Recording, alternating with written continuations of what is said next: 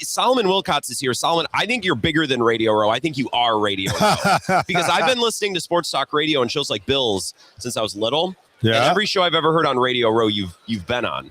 And my first Radio Row was 2 years ago in Las Vegas. Yeah. And the night I get there, I walk into the casino, and there you are sitting with Eric Eager, who taught math at my college. Wow. That was my introduction to this. That's so it's right. a pleasure to have you. And look, it's a pleasure to be on with you. I appreciate you sharing your platform with me. And it's always great to come on with real, true professionals of the business. So really, and people who put the work in to do a really great job. And so I greatly appreciate it. You've been here so many times. Do you enjoy going around rapid fire, seeing all these different people? Because you strike me as you're such a brilliant communicator. Well, I appreciate that. I have clients that we're here to help and promote really good causes and bring attention and awareness to great causes. That's really what media should be about, right? And that's why I got into it. I remember when my mom dropped me off at the airport. I'm leaving for college after finishing high school. And I'm the youngest of 4 boys. And I remember she asked me, she says, so what are you going to do in college? I say, I want to be a sports reporter. I want to cover sports. She said, but you don't talk. Really? That's what you were a quiet kid? I was very quiet. When the youngest of 4 boys, you got to just sit back.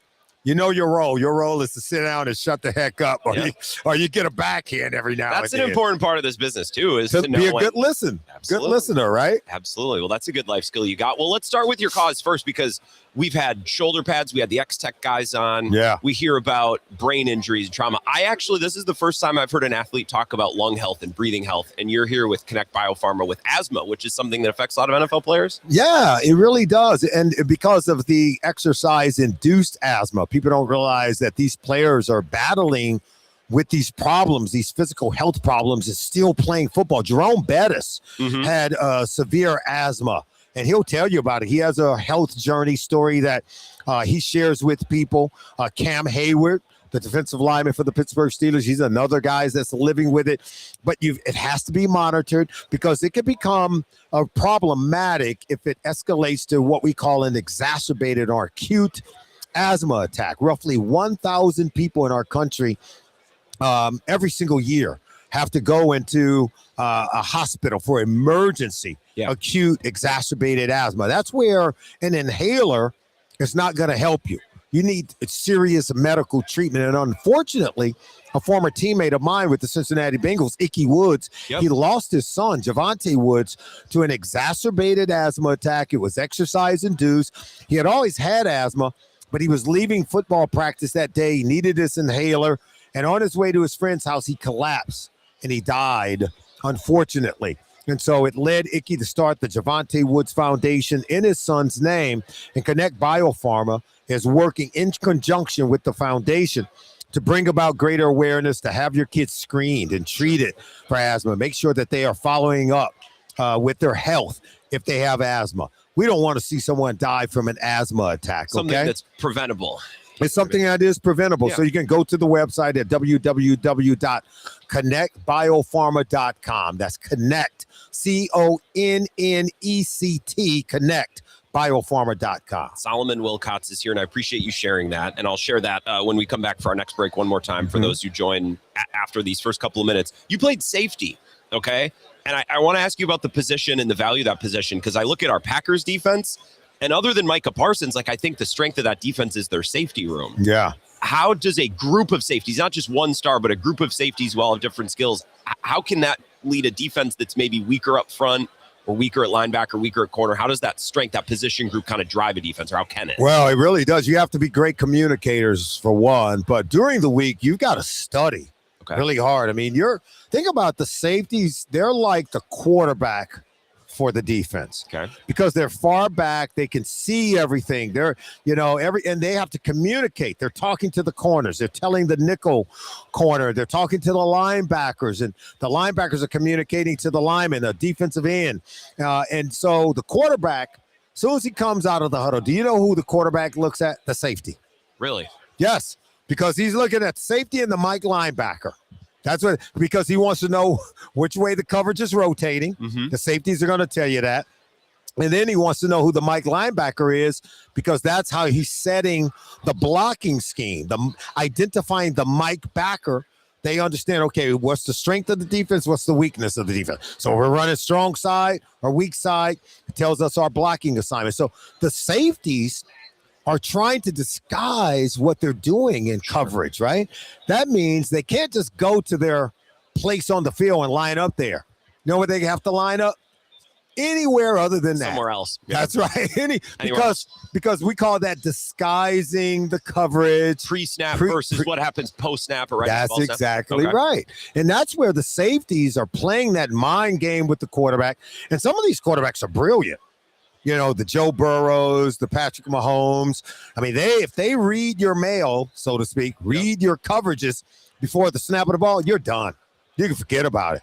So it's our job to help the defense with our disguises, with our alignment, and making sure that we're not tipping off what the defense is doing. So the Packers gave Xavier McKinney a bunch of money this last offseason. Yes. And last season he was great. He turned the ball over or turned the opposing ball over quite a bit. Yeah. And I think this year it would be easy as a Packers fan to watch and say, well, he's not having an impact. He drops some interceptions, and that's kind of fluky. Yeah. But if you have big-time investment, if you've used a first-round pick or you've assigned big free agency money to a safety and the quarterback decides we're just not going to go their way, we're just going to ignore him, we're going to go somewhere else. How can that safety continue to be impactful, or how can you work around that? It's about setting other players up. Okay. Because, look, if he's avoiding me, that means he's going to challenge somebody else. And so that's where you have your disguises and your community. When you disguise defense, you have to communicate to your corner, to your linebackers, here's what we're doing. So they have to be part of it. And so just because Xavier McKinney is not leading the league in interceptions like he did 1 year ago, doesn't mean he's not still instrumental and a vital, important part to what's happening on game day. Yeah. I thought Evan Williams was the guy who kind of emerged a little bit, and they were moving him around, and Xavier McKinney was playing more center field primarily, right? Yep. And so I thought what they were doing, they were moving around, they were mixing and matching, and it just so happened the way things were falling, they were going to, because they were not going to challenge Xavier McKinney. Yep. It felt that Evan Williams was getting more opportunities to make the plays on the ball. He's smart too. He is very smart. He fits the bill of what you're talking about. That's right. So I think they have a really good tandem in what they're doing with their safeties on the back end. You and I both know when they lost Michael Parsons, they lost a force multiplier. Yeah. They lost someone who was really helped everyone elevate, right? And so, look, they have good players on the defense, but when you have that one great player like a Myles Garrett or a Michael Parsons, it makes everyone better. So I think I love the Packers. I like the organization. Yeah. I love the players on the team. I think they make smart decisions with who to pay, who to keep, who to let go, when do you let them go. I think they do a really good job. And now you just have to stay healthy. And you and I both know that's what impacted their team this year. Yeah, absolutely. Solomon Wilcots. One more thing. They might have to redo a lot of their O-line this year. Their left tackle is set to be a free agent. He didn't really play all that well. Elton Jenkins is probably leaving the building. Jordan Morgan, they're sliding in a third-year player. How does a team, and the Packers have always been good at O-lines in my lifetime. Yeah. How do you change 3 or 4 spots on the O-line from 1 year to the next and hit the ground running? That's the hardest part, right? Okay. Hit the ground running. You added that, right? Yeah. It's one thing to change out players, man. Offensive line and secondary, I think, are the 2 areas where you have to have chemistry. Okay. You have to, communication's got to be good. One person who's weak means the entire unit is weak. You ever heard the saying, a chain is only as strong as its weakest link, right? That's an offensive line. Weak link system. The weak link, and defensive linemen, the way that they move it around, they're going to find who the weak person is, and that's where they're going to break you down, right? And it's hard to protect and cover up for some of those guys. It's easier, I think, to help maybe a guard. It's easy to tackle. It's hard to help them, but can you put a tight end outside of that tackle and have them chip? Yeah, you can. That might help a little bit. But I think you got to be smart in your free agent acquisitions. Yeah. I think you're going to have to get lucky in the draft because it's hard for rookies on the offensive line to just jump into the NFL and play at a high level right away. It's a rare thing. I know you may say, well, how come they're able to do it? How come they're able to do it? Yeah.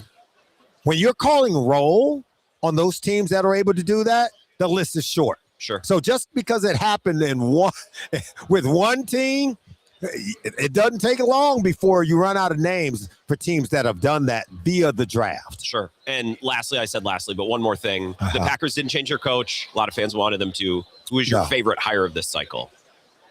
Jesse Minter. Yeah.